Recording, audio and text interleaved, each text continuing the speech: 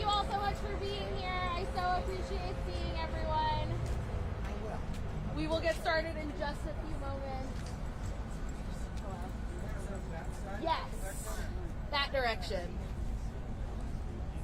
You don't want it staring in the sun? Yeah, these are not cute sunglasses that I am wearing at this moment. Excuse me, camera. Yeah, I hear ya. This is better. Not staring directly into the sun. Much better. Awesome. Thank you all so much. Yeah, we're going to get started in just a few moments here, so you can continue your conversations that I interrupted. But thank you all so much for being here. Yes, you were.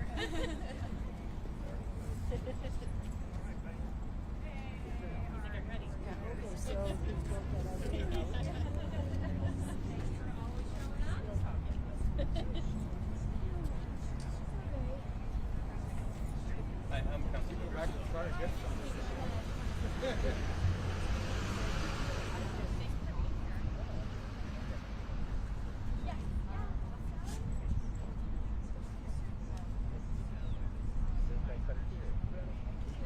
And my wife Maya.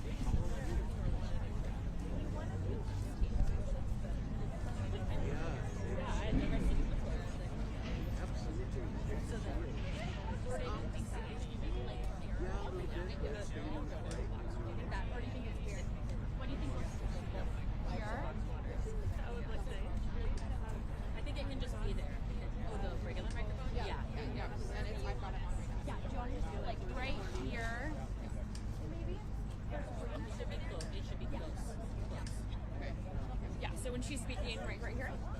We should be like Around? shoulder to shoulder. Like it all you have to be closer than normal. Like yeah. Okay. Yeah. So yes, around the podium. We'll just crowd Yeah, yes. Yeah, and then we'll just swap out. Yeah. Yeah. And then can I get some of y'all on this side as well too? And that'd be awesome. Okay, you'll arrange people. Yes, I will. Okay. And then get kind of close to her, which is it's kind of awkward, but it looks better. Yeah. Perfect. We said uncomfortably close. Okay. Thanks for doing this. Bunching together. Thank you.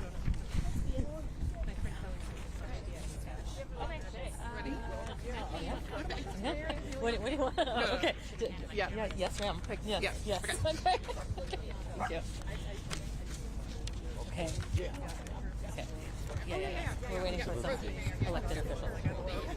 Yeah. Thank you. All right. Andrew, do you want to come behind? They said to be uncomfortably close. Yeah. It looks better in a shot. We're just here to take direction. Okay. Thank you all so much for joining us today here at the detention center. We're gathering to remember people who have lost their lives at the hands of the Department of Homeland Security. Some violently in the street, neighbors that we have watched lose their lives just for exercising their First Amendment right. Renee Good and Alex Pretti, and many who died in detention facilities just like this one all across the country under the Trump administration. We are standing together in solidarity to acknowledge the weight of this loss, to stand together in shared humanity. It is sometimes hard to hold on to that feeling at a time when we are so angry and terrified, and when the world feels so hard. But standing side by side with your fellow humans, your neighbors, your friends, your family, to lift each other up and to hold each other through the hard days so that we can keep fighting forward to a better future is so important. This vigil is a space of community, a space of quiet contemplation, and you are welcome to participate in any way that feels right for you. Whether it's holding a flower, listening, reflecting, or simply being present. There's no expectations for you to feel any way or do anything in particular. And I think that that's something that is a practice that I remind myself of every day as I keep showing up for this work in Congress. Every day is going to look different. Every day is going to feel different. And our needs in community and solidarity are different every day. But we have to keep showing up, and we have to keep supporting each other, and we have to remember that the fight is long, and the only way that we get through it is together. Yes. And for everyone's safety, could I ask y'all to come in off the street, not block traffic? Thank you. Today we're honoring and remembering lives. Every life that is lost matters. Renee Good and Alex Pretti's lives mattered so much to so many people. The lives of those individuals who died in detention facilities mattered so much to their families, and they matter to all of us. We're here to acknowledge grief, our grief, the grief of families who have lost their loved ones, and to remind one another that none of us grieve alone.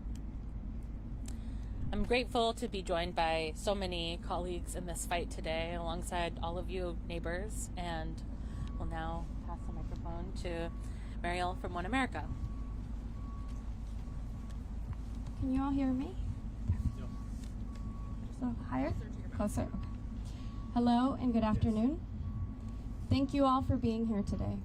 My name is Mariel Mendez, a proud daughter of immigrants from Mexico, and a proud board member of OneAmerica Votes, an immigrant power building organization here in Washington State, and a leader at the Washington for All table, a coalition of community groups, labor, faith, and many others who have come together to not only protest and demand change, but to use our power to push for real change to make this great country for all, including immigrants and refugees. I want to begin with this truth, loud and clear. Immigrants are the magic and the power of this country. Our stories, our labor, our culture, our love for family, and our resilience are what built this nation and what continue to carry it forward. When we honor human life, when we protect families, when we treat difference as strength, not fear, that is how we build greatness. I was just at the YMCA park in my local community, blessed to live in a community filled with people from all over the world. My child made a new friend, little A 7-year-old boy from Iraq. They were playing, running, laughing. In 10 minutes, they were bonded like they'd known each other forever. It was beautiful, pure joy. That kind of moment that reminds you what humanity is supposed to look like. And then something shifted. At some point, their comfort with each other showed. I looked over, and he gently put his hand on her shoulder and said, "I need to tell you something important that my mom told me.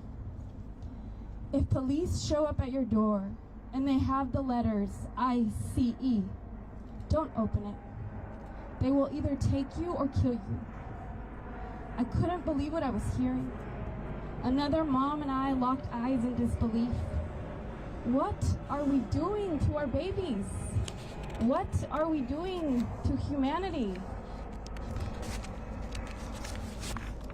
I sobbed at the park. I sobbed the whole way home.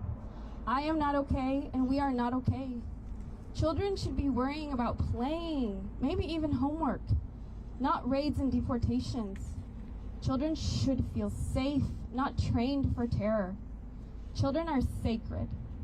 And I speak to you today not just as an advocate, I speak to you as a mother, an auntie, a community member, as someone who understands what trauma does to the brain of a developing child. Every child is my child. Every family is my family. Every neighbor is mine and ours. When one of us is harmed, all of us is harmed.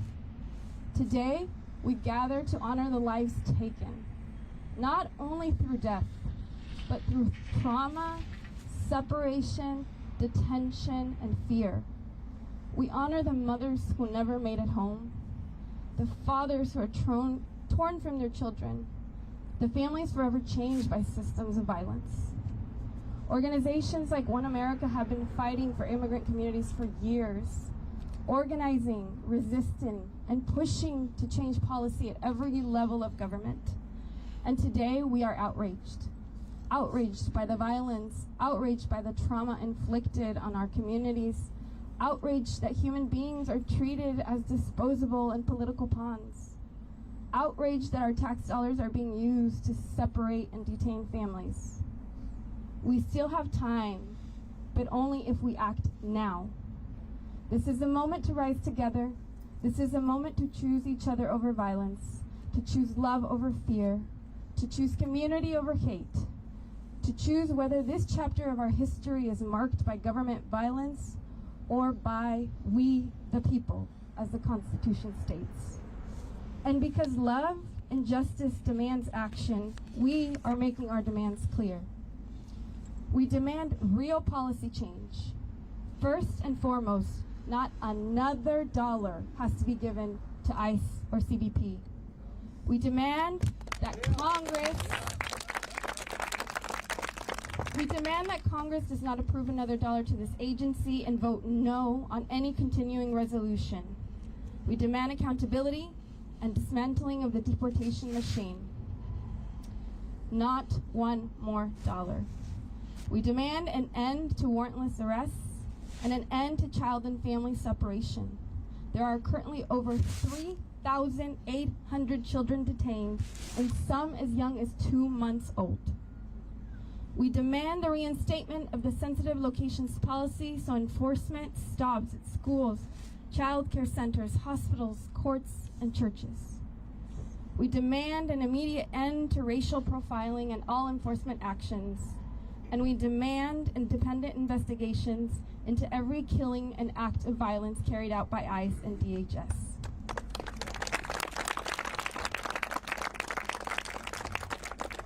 Division, hatred, and violence do not make a nation great. They destroy it. Greatness is built when human life is valued, when families are protected, when children are safe, and when dignity is never conditional. A great country does not cage parents. A great country does not terrorize neighborhoods. A great country does not teach 7-year-olds how to survive rape. Greatness looks like community. Greatness looks like justice. Greatness looks like choosing each other every single day. They talk about making America great. Let me be clear. Immigrants already do. Immigrants build our cities. They care for our elders. They harvest our food. They heal our communities. They love their families fiercely. They are us. Immigrants don't threaten greatness. They create it. And so we say it clearly. Not one more life, not one more child traumatized, not one more family destroyed, not one more vigil. May we choose each other over violence. May we choose love over fear. May we choose humanity over cruelty. And may we build the kind of country where children get to be children again, safe, free, and full of joy. Thank you.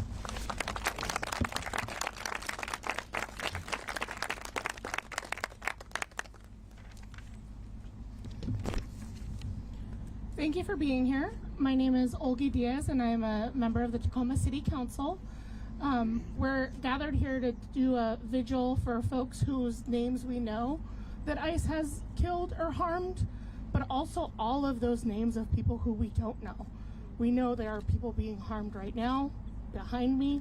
We know there are people being terrorized in our neighborhoods as we speak across the country, and it must stop. This is horrendous. It's unfortunate that ICE had to go and kill law-abiding citizens for so many people to finally wake up, but it's not too late to wake up more people to this horrendous activities of this administration. To be clear, the Department of Homeland Security was born out of hate. It was created after 9/11 to target our Muslim neighbors, and it continues to target all of us. This country was stolen from indigenous people, and it was built up by enslaved people and immigrants, and yet they're still attacking all of us, and we have to stand together for this to stop. I'm here surrounded by some of my colleagues on the county council, our mayor for Tacoma, and my council colleagues. I'm really grateful for them and the work that we're doing to try to regulate this center, doing what we can on the ground here in Tacoma. But only Congress has the power to actually close this facility, and we keep demanding that they keep working towards that. And I am so grateful to Congresswoman Randall for continuing that mantle and helping us lead that work there. Yeah.